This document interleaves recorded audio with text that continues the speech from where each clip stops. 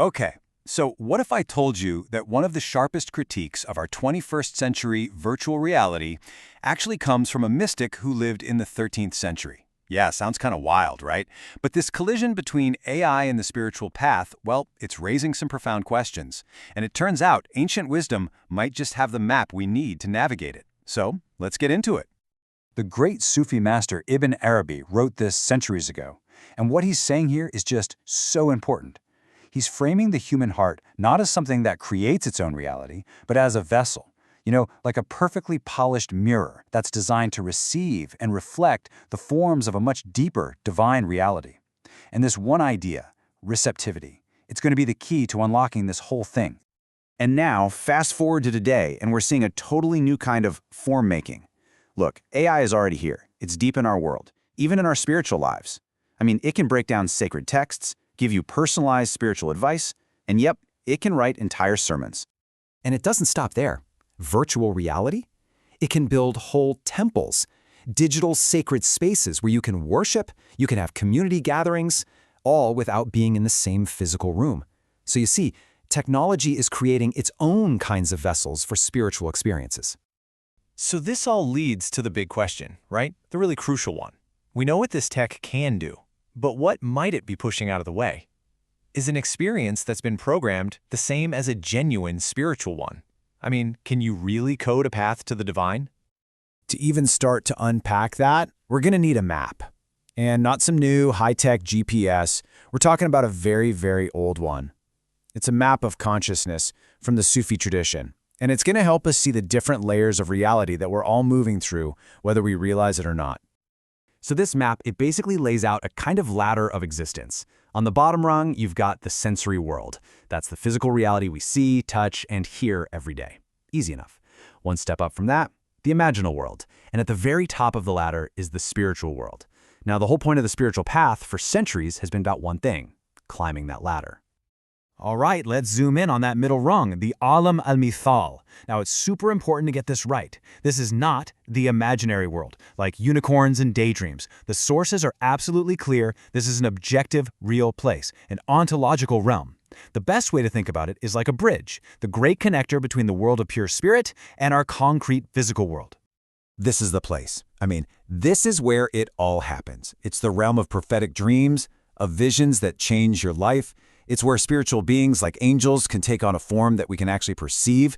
It's where these huge, abstract spiritual truths get kind of downloaded into images and symbols our hearts can finally grasp.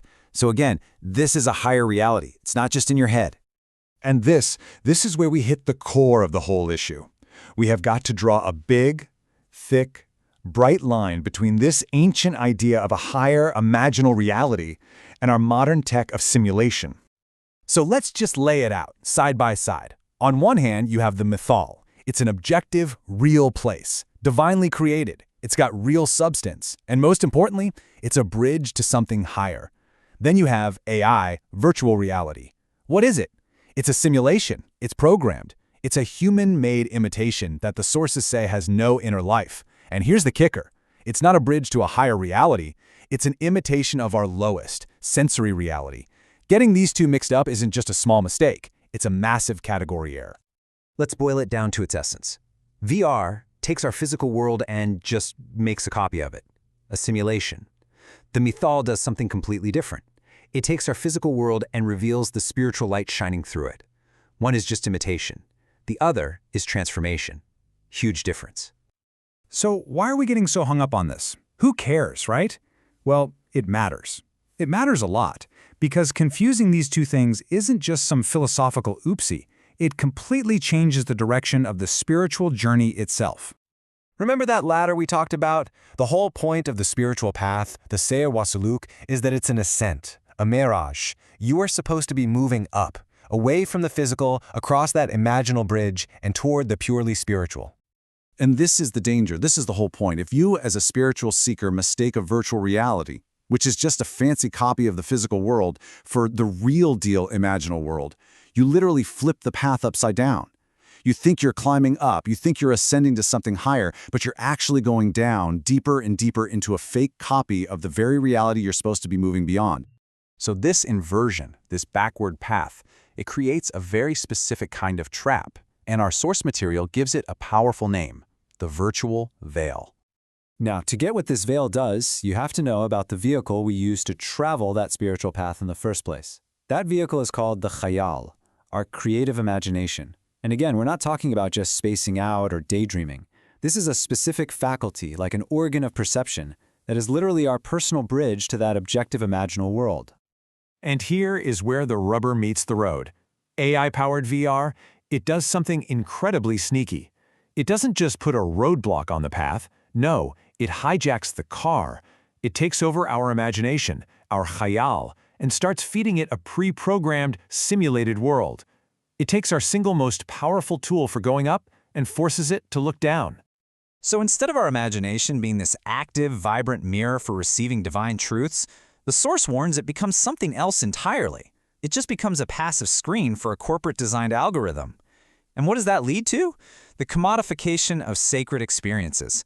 Suddenly, the spiritual journey isn't a journey anymore. It's a product you consume. And that is the virtual veil. In Arabic, it's a hijab. And a veil like this doesn't just hide reality from you, it actively traps your perception. It locks your imagination into a feedback loop that's totally focused on the external, the surface-level stuff, the zahir. And by doing that, it makes the inner, spiritual world, the batin, completely inaccessible. Why? Because it's captured the one tool you had to get there.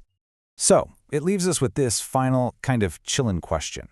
If the ancient masters were right, if our imagination really is the sacred bridge to deeper reality, the one key we have to unlock what's truly real, what in the world happens when we decide to just hand the keys to that bridge over to an algorithm?